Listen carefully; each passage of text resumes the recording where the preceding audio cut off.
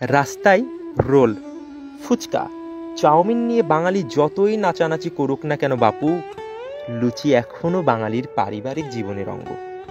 ছুটির দিনে, জলখাবারে বা উৎসবের রাতে লুচি দেখলে বাঙালির রসনাশক বৃদ্ধি পাবেই পাবে।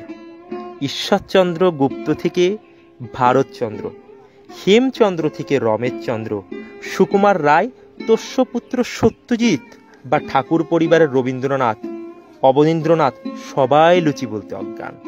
অনেকেই খাতা কলমেও লুচির গুণকীর্তন করে গিয়েছেন। বিভূতিভূষণের আদর্শ হিন্দু হোটেল।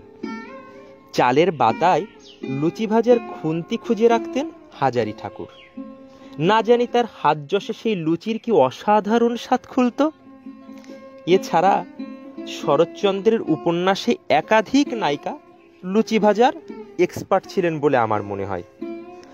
পাঠক, আপনারা সবাই মনে রেখেছেন নিশ্চয়ই চরিত্রহীন উপন্যাস। চরিত্রহীনের গভীর রাতে উপেন্দ্রনাথকে বলা কিরণময়ীর সেই সংলাপ, আমার সঙ্গে রান্নাঘরে এসো, দুখানা লুচি ভেজে দিতে আমার 10 মিনিটের বেশি সময় লাগবে না। জোড়াসাঁকোর ঠাকুর পরিবারে নাকি কথায় কথায় লুচির ছড়া ছুটত। অবন ঠাকুরের লেখায় তেমনই হাদিস মিলেছে। পথের পাঁচালীর কথাই ভাবুন, অপুর বাবার সঙ্গে যজমানীদের বাড়ি গিয়ে লুচি মোহনভোগ খাচ্ছে। দোলের দিন গাঙ্গুলি বাড়ির লুচি খেতে গিয়ে তার মনে পড়ে এমন লুচি তার দিদি কখনো পায় নাই। সুকুমার রায় পলায়ন কবিতায় লিখেছেন, বিকেলবেলা খায় না কিছু, গন্ডা দশেক মন্ডা ছাড়া, সন্ধ্যা হলে লাগাইতে রে দিস্তা দিস্তা লুচির তারা। লুচি চিরকাল বাঙালির এক অন্যতম ডেলিকেসি। 1854 সালের কথা।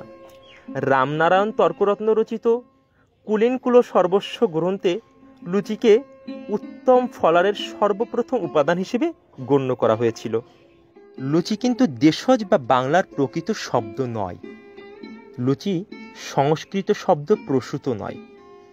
আমরা বেদ, পুরাণ, রামায়ণ, মহাভারত বা আয়ুর্বেদিক গ্রন্থে লুচির কোনো নামগন্ধ পাচ্ছি না। লুচি সম্ভবত হিন্দি শব্দ। তুলসীদাসের সময় ভারতের সর্বজনপ্রিয় শ্রেষ্ঠ খাদ্যরূপে পরিগণিত ছিল লুচি। হিন্দিতে পিচ্ছিল বোঝাতে লুচ বা লুচলুচিয়া শব্দ ব্যবহৃত হয়। ঘিয়ে ভাজা লুচি হাতে ধরলে পিছলে পড়ে বলে লুচি নামকরণ। দু একজনের মতে লুচি শব্দটি এসেছে সংস্কৃত লোচক শব্দ থেকে। লোচক মানে চোখের তারা। চোখের তারার মতো গোলাকার বলে এমন নাম। আমাদের অত শব্দ জ্ঞানে কাজ নেই মশাই। একটা কাহিনী জানেন? শুনেছি কমল কুমার মজুমদার চমৎকার লুচি ভাজা দেখে এবং তার স্বাদ গ্রহণ করে দয়াময়ী দেবীকে বিবাহ করে ফেলেন। কি একটা ব্যাপার!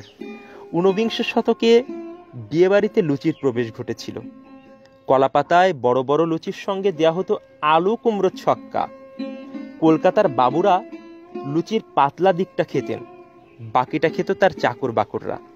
বাঙালির হারানো ইতিহাস ও ঐতিহ্যের সন্ধানে অপু কর্মকার, খুলনা।